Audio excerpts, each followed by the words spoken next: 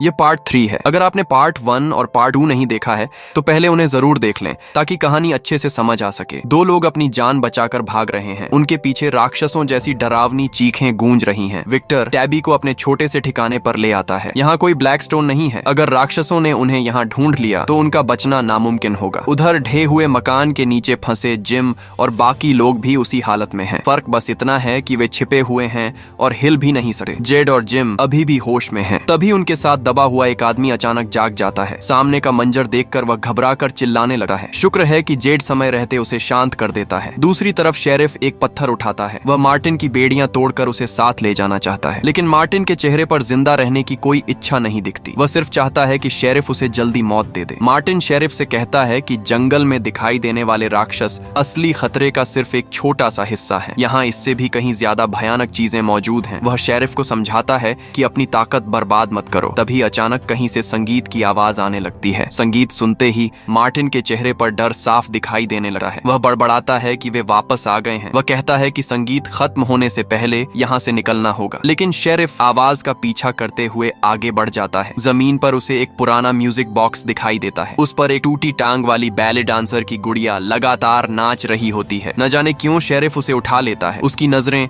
उस गुड़िया पर ऐसी टिक जाती हैं जैसे वह किसी जादू में बंध गया हो। उधर डाइनर में जूली अपने पिता की सुरक्षा को लेकर बेहद परेशान है। डोना को महसूस होता है कि स्पाइकी बालों वाला आदमी कुछ योजना बना रहा है। दिन में गोली चलने की वजह से जो लोग भाग गए थे उन्हें अंदाजा भी नहीं है कि वे इस वक्त कितने बड़े खतरे में हैं। दयालु फातिमा अभी भी उन लोगों को बचाने की कोशिश करना चाहती है, लेकिन तभी राक्षस दिखाई देने लगते हैं। आइवन मजबूर होकर उसे अंदर धक्का दे देता है। दरवाजे के बाहर मुस्कुराते हुए खड़े राक्षसों को देखकर वह गुस्से से भर उठता है। वह शीशे पर जोर जोर से हाथ मारकर बाहर वालों को भागने का इशारा करता है। वह तो यहाँ तक सोच लेता है कि बाहर जाकर उन्हें अंदर खींच लाए, लेकिन आइवन समय रहते उसे रोक लेता है। उधर मलबे के नीचे फंसा आदमी बाहर से आती दर्दनाक चीखें सुनकर बुरी तरह डर जाता है। वह जोर जोर से चिल्लाने लगता है कि उसे यहाँ से बाहर निकाला जाए। उसकी हरकतों से जिम और जेड दोनों की चिंता बढ़ जाती है। जेड फिर से उसे शांत करने की कोशिश करता है। डाइनर में मौजूद बाकी लोग भी बाहर की चीखें सुनते हैं। अब जाकर उन्हें यकीन होता है कि यहाँ सचमुच कुछ भयानक हो रहा है, लेकिन स्पाइकी बालों वाला आदमी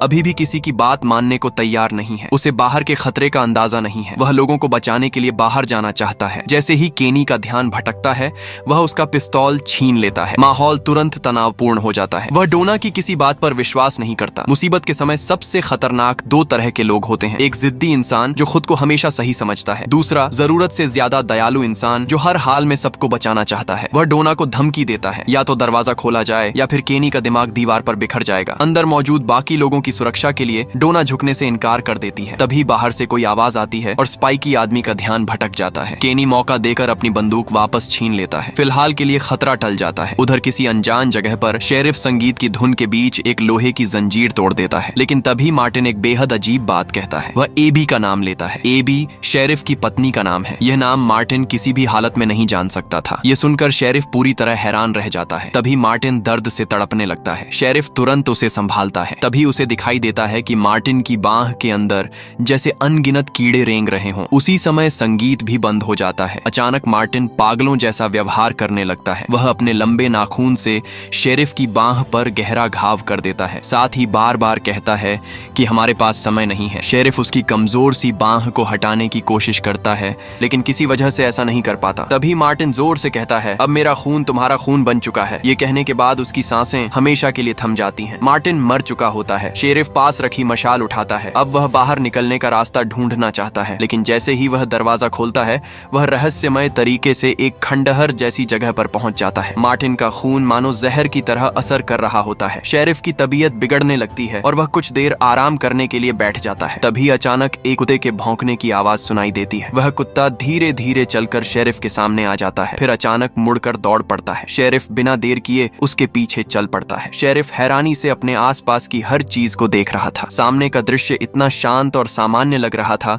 कि किसी को भी यकीन हो जाए कि यहाँ सब कुछ ठीक है। उधर एक आदमी अपनी गाड़ी के अंदर की लाइट जलाता है। पीछे से कोई आवाज आती है। उसके चेहरे पर एक चौड़ी मुस्कान फैल जाती है। वह धीरे धीरे उस तरफ बढ़ने लगता है। और याद रखिए, हर मुस्कुराता हुआ चेहरा इंसान नहीं होता। दूसरी तरफ शेरिफ अभी भी कुत्ते के पीछे भाग रहा था, लेकिन अब उसकी ताकत जवाब देने लगी थी। वह रुककर थोड़ा सांस लेना चाहता था। तभी दूर से राक्षसों की डरावनी चीखें सुनाई देती हैं। शेरिफ तुरंत अपनी मशाल बुझा देता है और एक पेड़ के पीछे छिप जाता है। कुछ ही देर में कई परछाइयां उसकी तरफ आती दिखाई देती हैं। वे राक्षस धीरे धीरे आसपास फैलने लगते हैं। किस्मत से उनका ध्यान दूसरी दिशा में चला जाता है। मौका मिलते ही शेरिफ वहां से भाग निकलता है। उधर कंटेनर के अंदर विक्टर टैबी को सफेद कपड़े वाले उस रहस्यमयी लड़के के बारे में बताता है। दोनों काफी देर तक बातें करते रहते हैं। धीरे धीरे उनका डर थोड़ा कम होने लगा है। लेकिन तभी कंटेनर के बाहर कुछ आवाजें आने लगती हैं। उनके पास कोई ब्लैक स्टोन नहीं है। ये सोचते ही दोनों के दिल की धड़कनें तेज हो जाती हैं। उसी समय शेरिफ भी बुरी तरह घबरा जाता है। हालांकि उसके पास एक ब्लैक स्टोन मौजूद होता है। तभी पीछे से किसी के मदद के लिए चिल्लाने की आवाज आती है। वह एल्गिन नाम का लड़का होता है। जाहिर है कि कंटेनर के अंदर मौजूद लोगों को अभी तक यह पता नहीं था कि एक बस भी यहाँ फंसी हुई है। लेकिन अनुभवी शेरिफ तुरंत समझ जाता है कि सामने वाला राक्षस नहीं है, क्योंकि वह भाग रहा था। उसके चेहरे के हाव भाव भी बिल्कुल इंसानों जैसे थे। शेरिफ तुरंत उसे कंटेनर के अंदर बुला लेता है। दरवाजा बंद करके ब्लैक स्टोन टांग देता है। फिर वह बंदूक निकालकर एल्गिन पर तान देता है। तभी उसे बस और उसके यात्रियों के बारे में पूरी जानकारी मिलती है। ब्लैक स्टोन की वजह से कंटेनर में मौजूद लोगों को थोड़ी राहत मिल जाती है। लेकिन जिम और बाकी लोग इतने खुशकिस्मत नहीं थे। उनके पास कोई ब्लैक स्टोन नहीं था। वे सिर्फ बाहर से आती चीखें सुन सकते थे और फिर उन्हें जेड की दर्दनाक चीखें सुनाई देती हैं जब राक्षस उस पर हमला करते हैं। उधर विक्टर एक कागज पर लगातार चित्र बना रहा होता है। यह उसकी पुरानी आदत है। वह जो कुछ भी देखता है उसे कागज पर उतार देता है ताकि कभी भूल न जाए। कुछ देर बाद रात बीत जाती है। सूरज की रोशनी दरारों से अंदर आने लगती है। सुबह होते ही टैबी डाइनर से बाहर भागती है। बाकी लोग भी उसके पीछे बाहर निकल आते हैं। बाहर का दृश्य देखकर सबके होश उड़ जाते हैं। जमीन पर जेड की बुरी तरह क्षत विक्षत लाश पड़ी होती है। हालांकि राहत की बात यह थी कि जिम अभी भी जिंदा था। तभी सबको होश आता है और वे तुरंत बचाव कार्य शुरू कर देते हैं। उधर बस ड्राइवर वापस अपनी बस में पहुंचता है। फर्श पर पड़े खून के निशान उसकी नजर में आते हैं। वह आगे बढ़कर देखता है। सामने दो बुरी तरह मारे गए लोगों की लाशें पड़ी होती हैं। डर उसके पूरे शरीर में फैल जाता है। मलबे के नीचे मरा हुआ वह आदमी शायद इस शहर का सबसे भाग्यशाली इंसान था। कम से कम उसकी मौत जल्दी हो गई थी। उधर कंटेनर से बाहर निकलने के बाद शेरिफ अपनी बांह में कुछ अजीब महसूस करता है। उसे दिखाई देता है कि उसकी त्वचा के नीचे वही कीड़े रेंग रहे हैं जो मार्टिन की बांह में थे। तभी उसे एहसास होता है कि पिछली रात जो उसने देखा था वह कोई भ्रम नहीं था। थोड़ी दूर एक और भयानक नजारा दिखाई देता है। एक महिला का सिर लोहे की छड़ से पेड़ में ठोंक दिया गया था। जमीन पर पड़ा उसका मोबाइल सुबह 8 बजे का अलार्म बजा रहा था। शेरिफ और केनी दोनों को लगता है कि वह मर चुकी है। वे लोगों को बुलाने के लिए वापस जाने वाले ही होते हैं। लेकिन तभी वह महिला अचानक जिंदा हो उठती है। यह देखकर दोनों बुरी तरह डर जाते हैं। होश संभालते ही केनी तुरंत डॉक्टर को बुलाने दौड़ पड़ता है। उधर शहर में जेड आखिरकार उस इंसान से मिल जाता है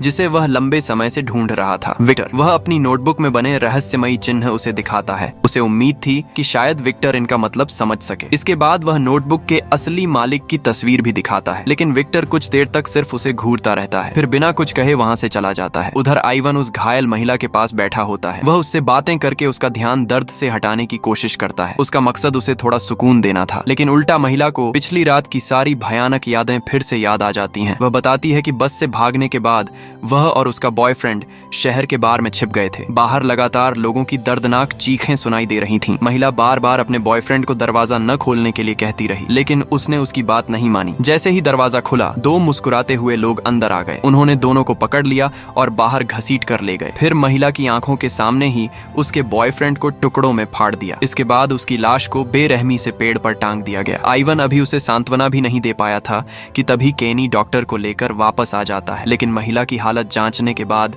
डॉक्टर के चेहरे का रंग उड़ जाता है, क्योंकि जो उसने देखा था उसने उसके दिल में डर भर दिया था। स्थिति पूरी तरह से बेबस कर देने वाली थी। तीनों को समझ नहीं आ रहा था कि अब क्या किया जाए। महिला की हालत ऐसी थी कि वह मुश्किल से कुछ घंटों से लेकर एक दिन तक ही जिंदा रह सकती थी, लेकिन उसे वहां से हिलाना भी नामुमकिन था। और अगर उसे ऐसे ही छोड़ दिया जाता तो रात होने पर राक्षस दोबारा आकर उसे और भी ज्यादा यातनाएं देते। केनी उस महिला को इस दर्द में और नहीं देख पा रहा था। उसने फैसला किया कि वह एक बार बुरा इंसान बनकर उसे इस पीड़ा से मुक्त कर देगा। महिला भी शायद समझ चुकी थी कि उसका अंत करीब है। उसने डॉक्टर से कहा कि वह उसके लिए एक चिट्ठी लिख दे। उसकी मौत के बाद वह चिट्ठी उसकी माँ तक जरूर पहुंचनी चाहिए। वह अभी चिट्ठी में क्या लिखवाना है यही सोच रही थी कि अचानक उसके सिर में भयानक दर्द शुरू हो गया। उसकी दर्दनाक चीखें सुनकर पास मौजूद शेरिफ भी वहां पहुंच गया। एक नजर देखते ही शेरिफ समझ गया कि अब उसे बचाना संभव नहीं है। उसे इस तरह तड़पते हुए जिंदा रखने से बेहतर था कि उसकी पीड़ा खत्म कर दी जाए। शेरिफ आगे बढ़ा और उस लोहे की छड़ को मजबूती से पकड़ लिया। महिला की दर्दनाक चीखों के बीच उसने छड़ बाहर खींच दी। अत्यधिक दर्द सहते हुए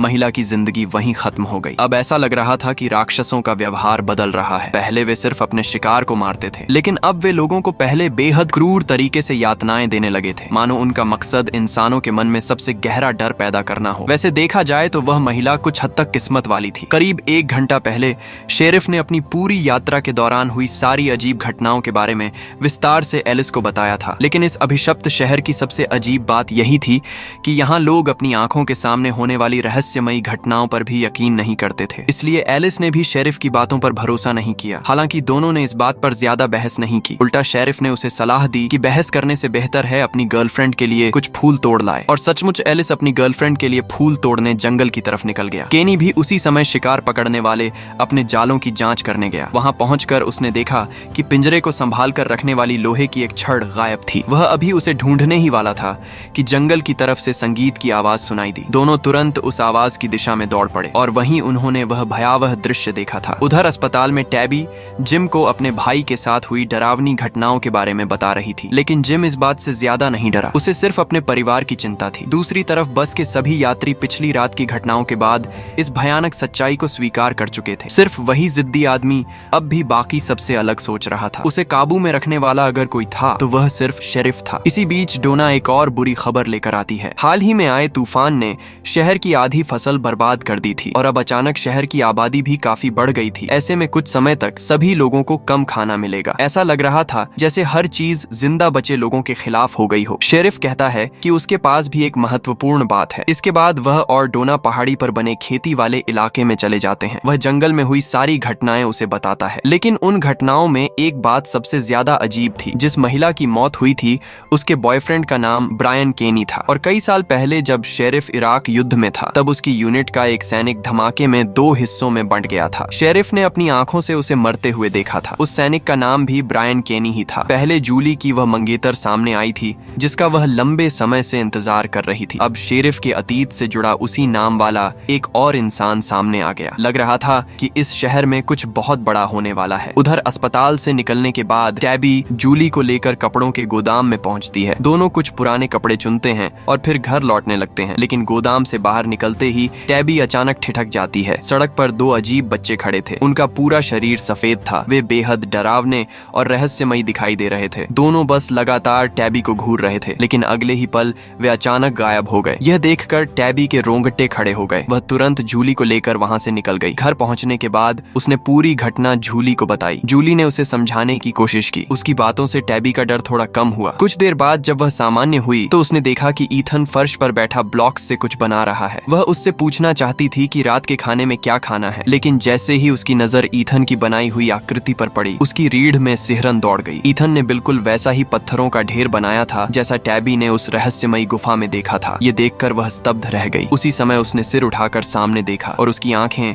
डर से फैल गईं। वे दोनों सफेद बच्चे फिर से उसके सामने खड़े थे और इस बार भी वे उसी तरह बिना पलक झपकाए उसे घूर रहे थे। टैबी बुरी तरह डर जाती है और तुरंत ईथन को लेकर घर के अंदर चली जाती है। उधर चर्च के मुख्य हॉल में तलाश करने के बाद भी केनी को कुछ नहीं मिलता। तभी उसे याद आता है कि चर्च में एक बेसमेंट भी है। वह बिना बिजली वाली उस अंधेरी जगह में रोशनी लेकर नीचे उतरता है। लेकिन नीचे कुछ अजीब सा महसूस हो रहा था। वह अपनी कमर से बंदूक निकालता है और सावधानी से आगे बढ़ता है। चारों तरफ नजर दौड़ाते हुए वह बेसमेंट की जांच करने लगता है। जैसे ही उसकी रोशनी कमरे के एक कोने पर पड़ती है वहाँ किसी इंसान की परछाई दिखाई देती है। वह कोई और नहीं बल्कि सारा थी। वही सारा जो शेरिफ के साथ उस खतरनाक अभियान पर गई थी। लेकिन वह यहाँ कैसे पहुँच गई? उधर वह जिद्दी और झगड़ालू आदमी आखिरकार डर गया था। डोना का गुस्सा यूं ही नहीं फूटा था। कुछ देर पहले उसने सबके सामने एक आदमी के साथ बदसलूकी की थी। कॉलोनी हाउस में संसाधन सबके साथ बांटने के नियम से वह खुश नहीं था। इसी वजह से उसने अपने साथ आए एक आदमी की बुरी तरह पिटाई कर दी थी। डोना बेहद परेशान हो गई थी। वह पहले तो बात को नजरअंदाज करना चाहती थी लेकिन इसके बाद उस आदमी ने फातिमा को भी परेशान करना शुरू कर दिया। तभी डोना का सब्र टूट गया। उसने उसे कॉलोनी हाउस से बाहर निकाल दिया और सीधे बस में ले जाकर छोड़ दिया। डोना ने साफ कह दिया कि अब यही उसका घर है। अब वह खुद महसूस करे कि हर रात शीशे के दूसरी तरफ खड़े राक्षसों की नजरों में जीना कैसा होता है। डोना ने उसे चेतावनी भी दी, अगर उसने कोई बेवकूफी की और टंगा हुआ ब्लैकस्टोन नीचे गिर गया तो उसे उसकी लाश उठानी पड़ेगी। इतना कहकर डोना वहाँ से चली जाती है। आखिरकार उसके मन का गुस्सा कुछ कम हो गया था। उधर केनी चर्च से भागता हुआ बाहर निकलता है। रास्ते में उसकी मुलाकात शेरिफ से हो जाती है। वह तुरंत सारा के बारे में बताता है। दोनों साथ मिलकर चर्च के बेसमेंट में पहुंचते हैं। सारा को देखकर शेरिफ भी हैरान रह जाता है। वह केनी को वहाँ से भेज देता है, फिर खुद आगे बढ़कर सारा की हथकड़ियां खोल देता है। तब सारा पूरी कहानी बताती है। जब शेरिफ उस रहस्यमयी पेड़ के अंदर बने रास्ते से गुजरा था, तब वह भी उसके पीछे पीछे अंदर चली गई थी, लेकिन अगले ही पल वह सीधे चर्च के बेसमेंट में पहुंच गई। तब से वह यहीं छिपी हुई थी, आज तक, जब तक केनी ने उसे ढूंढ नहीं लिया। शेरिफ के मन में एक सवाल था, सारा को उस पेड़ के बारे में पता कैसे चला? तब सारा उसे उस रहस्यमयी लड़के के बारे में बताती है। उसे लगता है कि वह लड़का भी किसी तरह इस जगह में फंसा हुआ है। वह लोगों की मदद करना चाहता है, लेकिन शायद उसे खुद नहीं पता कि कैसे मदद करे। हालांकि इस समय शेरिफ का ध्यान उस बात पर नहीं था। उसके लिए सबसे बड़ी समस्या सारा की मौजूदगी थी। वह इस शहर से एक हत्यारी के रूप में भागी थी। केनी के पिता की मौत के लिए वही जिम्मेदार थी। अब पूरे शहर में उसके लिए कोई जगह नहीं बची थी। शेरिफ उसे फिलहाल बेसमेंट में ही रहने को कहता है। इसके बाद वह ऊपर जाकर केनी से मिलता है। वह सारा के यहाँ पहुँचने की पूरी कहानी विस्तार से बताता है, लेकिन एक सच वह अभी भी छिपा लेता है। वह केनी को यह नहीं बताता कि उसके पिता की मौत के पीछे सारा ही थी। केनी को शेरिफ की उस पूरी यात्रा की कहानी पर पूरी तरह भरोसा नहीं था। इसके अलावा वह इस बात से भी नाराज था कि शेरिफ ने सारा के जिंदा होने की बात उससे छिपाई। धोखा खाने का एहसास उसे अंदर तक परेशान कर रहा था। अगर शहर के लोगों को पता चल गया कि सारा अभी भी जिंदा है तो क्या होगा? खासकर जिम और उसका परिवार क्या करेगा? आखिर सारा ने उनके सामने ईथन को मारने की कोशिश की थी। केनी का मानना था कि सारा को उसी लोहे के बंद कमरे में बंद कर देना चाहिए। यह सुनते ही शेरिफ गुस्से में आ जाता है। उसे फ्रैंक की घटना याद आ जाती है। उसने मन ही मन कसम खा ली थी कि वह अब किसी को भी उस लोहे के कमरे में बंद नहीं करेगा। गुस्से को शांत करने के लिए वह बाहर निकल जाता है, लेकिन जैसे ही वह दरवाजे से बाहर पहुंचता है, उसकी बांह में तेज ऐंठन होने लगती है। अगले ही पल वह जमीन पर गिर पड़ता है। केनी तुरंत उसे अस्पताल लेकर जाता है। डॉक्टर उसकी पूरी जांच करता है, लेकिन हैरानी की बात यह थी कि कोई भी समस्या दिखाई नहीं देती। उधर जिम और टैबी ढहे हुए घर के सामने खड़े थे। जिम अपने मन में चल रही एक बड़ी आशंका उसके सामने रखता है। तूफान आने से पहले उसे रेडियो पर जवाब मिला था। उस बात के बारे में सिर्फ उसे और डोना को पता था, लेकिन रेडियो के दूसरी तरफ मौजूद व्यक्ति न सिर्फ उसका नाम जानता था, बल्कि उसने टैबी को गड्ढा खोदने से रोकने की चेतावनी भी दी थी। और उसके कुछ ही समय बाद घर ढह गया। फिर अचानक शहर में एक बस आ पहुंची। इन सारी घटनाओं को जोड़कर जिम एक निष्कर्ष पर पहुंचता है। उसे लगता है कि यह पूरी जगह एक विशाल प्रयोगशाला है। कोई कहीं बैठकर उन सब पर नजर रख रहा है और देखना चाहता है कि जब इंसानों को पूरी तरह निराशा और मौत के सामने खड़ा कर दिया जाए, तब वे कैसी प्रतिक्रिया देते हैं। इस पति पत्नी की सोच में सबसे बड़ा फर्क यही था। टैबी अपनी आंखों से कई रहस्यमयी और अलौकिक घटनाएं देख चुकी थी, जबकि जिम ने अब तक कोई ऐसी घटना सीधे नहीं देखी थी जिसे वह पूरी तरह अलौकिक मान सके। जिम ने आज तक अपनी आंखों से किसी राक्षस को किसी इंसान को मारते हुए नहीं देखा था। शायद यही वजह थी कि वह अब भी विज्ञान और तर्क पर ज्यादा भरोसा करता था। इसके बाद वह कॉलोनी हाउस में डोना से मिलने पहुंचता है। वह अपनी पूरी थ्योरी एक बार फिर उसे बताता है। जिम का इरादा एक नया सिग्नल टावर बनाने का था, लेकिन डोना तुरंत उससे सवाल पूछती है, क्या तुम्हें सच में लगता है कि यह अच्छी बात होगी? अगर सचमुच कोई उन पर नजर रख रहा है तो वह उनका दोस्त नहीं हो सकता, और यह तो तब की बात है जब सामने वाला इंसान हो। अगर इसके पीछे कुछ और हुआ तो स्थिति और भी खतरनाक हो सकती है। इसके बाद डोना जिम को एक और महत्वपूर्ण बात समझाती है। वह कहती है कि रेडियो से जवाब मिलने वाली बात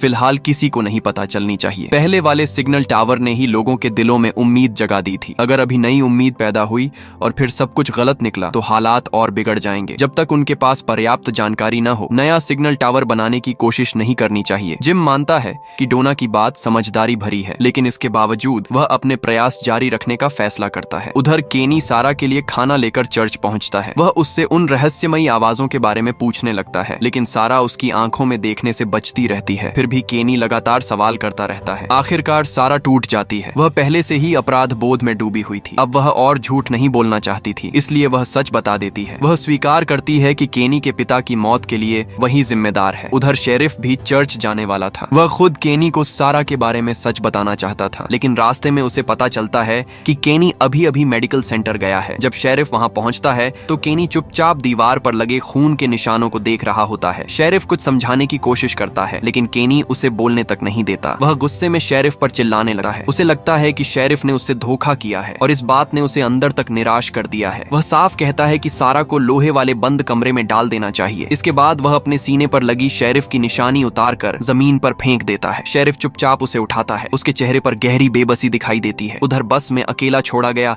वह झगड़ालू आदमी अब डर का असली मतलब समझने लगा था। अब उसे महसूस हो रहा था कि हर रात राक्षसों की निगाहों के बीच रहना कितना भयानक है। शीशे पर लगातार दस्तक की आवाजें आ रही थीं। उसका गुस्सैल स्वभाव फिर जाग उठता है। वह दरवाजा खोलकर बाहर खड़ी बूढ़ी औरत को पीटने ही वाला था, लेकिन आखिरी पल पर खुद को रोक लेता है। अगर उसने दरवाजा खोल दिया होता तो शायद वही बूढ़ी औरत उसे बेरहमी से मार डालती। अब उसके पास सिर्फ गालियां देने और बड़बड़ाने के अलावा कोई रास्ता नहीं था। उधर जेड अभी भी उन रहस्यमयी चिन्हों की वजह से सो नहीं पा रहा था। वह फिर से अपनी नोटबुक में लगी तस्वीरों को देखने लगता है। अचानक उसकी आंखें फैल जाती हैं। तस्वीर में दिखने वाला आदमी उसके सामने दरवाजे पर खड़ा था। जेड तुरंत वह नोटबुक निकालता है जिस पर अजीब चिन्ह बने हुए थे। अचानक ऐसा लगता है जैसे उन पन्नों से खून बहने लगा हो, लेकिन अगले ही पल सब कुछ गायब हो जाता है, मानो वहां कभी कुछ था ही नहीं। ऐसे डरावने भ्रम किसी भी इंसान को पागल बना सकते हैं। उधर शेरिफ ने चर्च में ही रात बिताई थी। सुबह होते ही दरवाजे पर जोर जोर से दस्तक होने लगती है। कुछ लोग गुस्से में चर्च के अंदर घुस आते हैं। वे सारा के खिलाफ जवाब मांगने आए थे। शेरिफ किसी तरह उन्हें समझाकर वापस भेज देता है, लेकिन इससे माहौल और ज्यादा खराब हो जाता है। उसकी स्थिति बेहद मुश्किल हो चुकी थी। वह शहर में कानून और न्याय बनाए रखने वाला इंसान था, लेकिन इस समय वह एक ऐसी महिला की रक्षा कर रहा था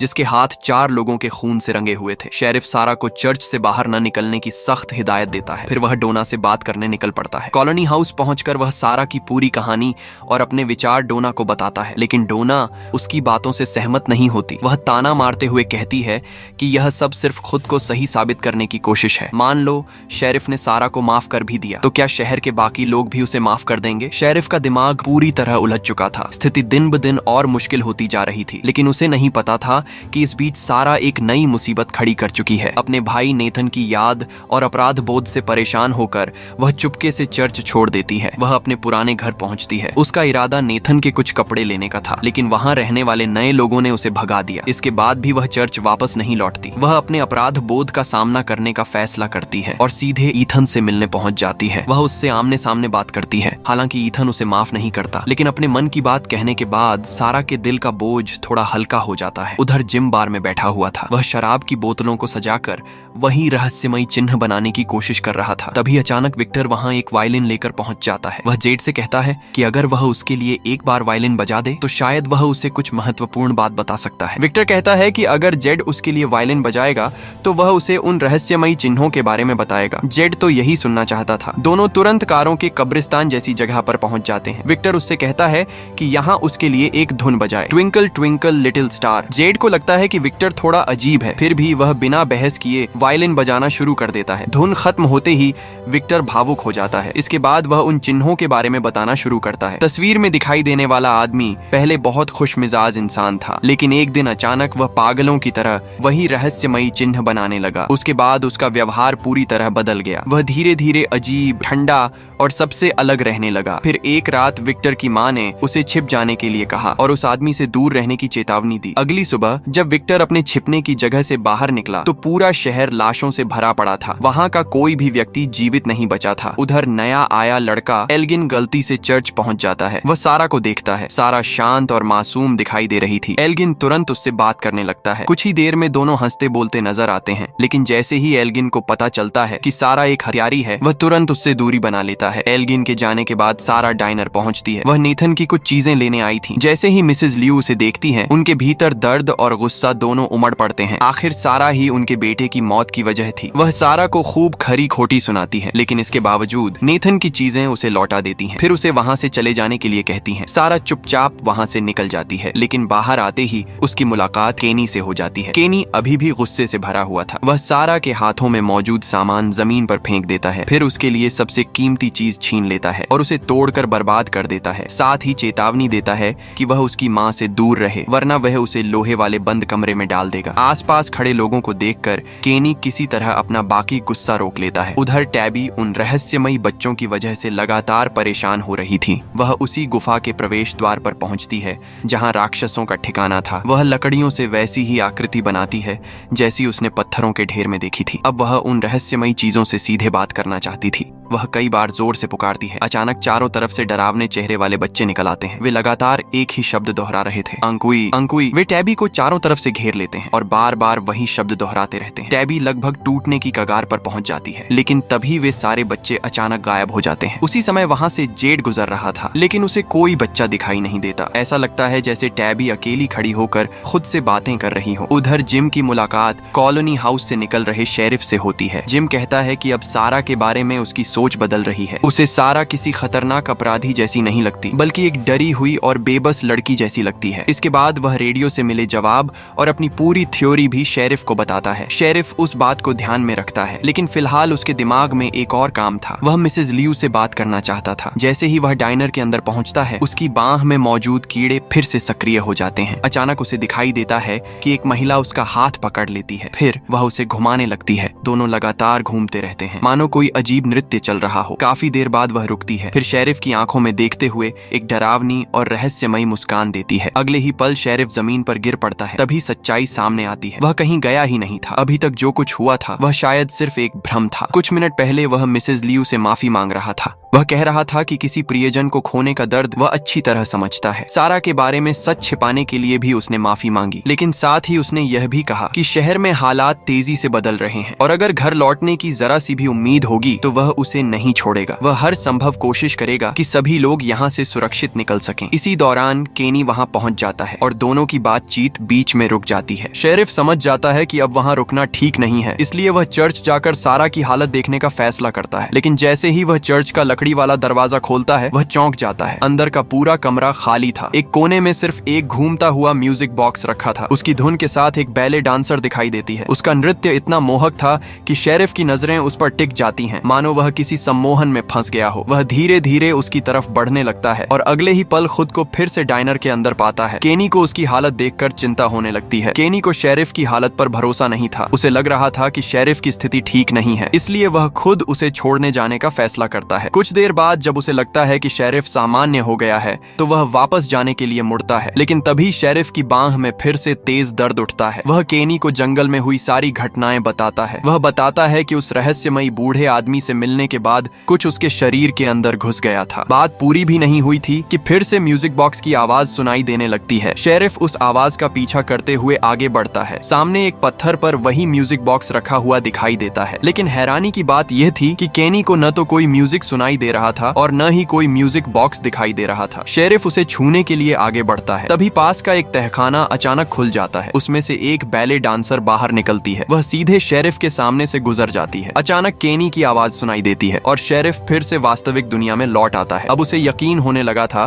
कि वह किसी गंभीर बीमारी का शिकार हो चुका है, इसलिए वह अस्पताल में पूरी जांच करवाता है। वह डॉक्टर को उस बूढ़े कैदी के बारे में बताता है, कैसे उसने उसकी बांह पर घाव किया था और उसके बाद कीड़ों जैसी चीजें उसके शरीर में दाखिल हो गई थीं। वह बताता है कि वही कीड़े उस बूढ़े आदमी को इतनी यातना दे रहे थे कि वह न जी पा रहा था और न मर पा रहा था। अगर कभी उसकी हालत भी वैसी हो जाए तो डॉक्टर उसे उसी पीड़ा में न छोड़े। इसके बाद डॉक्टर केनी को शेरिफ की बात बताता है, लेकिन दोनों को अब भी उन कीड़ों वाली बात पर पूरा भरोसा नहीं था, क्योंकि उन्होंने अपनी आंखों से कुछ नहीं देखा था। उधर उस रात डोना कॉलोनी हाउस में नहीं थी। वह मिसेज लियू के घर पर खाने को सुरक्षित रखने वाले खाद्य पदार्थ तैयार कर रही थी। तूफान ने उनकी आधी फसल नष्ट कर दी थी। अब उन्हें ऐसा खाना बनाना था जो लंबे समय तक खराब न हो, ताकि अगली फसल आने तक काम चल सके। जिम वहां मौजूद सामान को देखकर समझ जाता है कि राशन बांटकर भी यह ज्यादा से ज्यादा 1 महीने तक ही चल पाएगा, लेकिन लोगों में डर और अफरा तफरी न फैले, इसलिए कोई भी इस बात का जिक्र नहीं करता। उधर अस्पताल में शेरिफ की बांह फिर से दर्द करने लगती है और उसके साथ फिर वही म्यूजिक बॉक्स की धुन सुनाई देती है। पास लगे पर्दे पर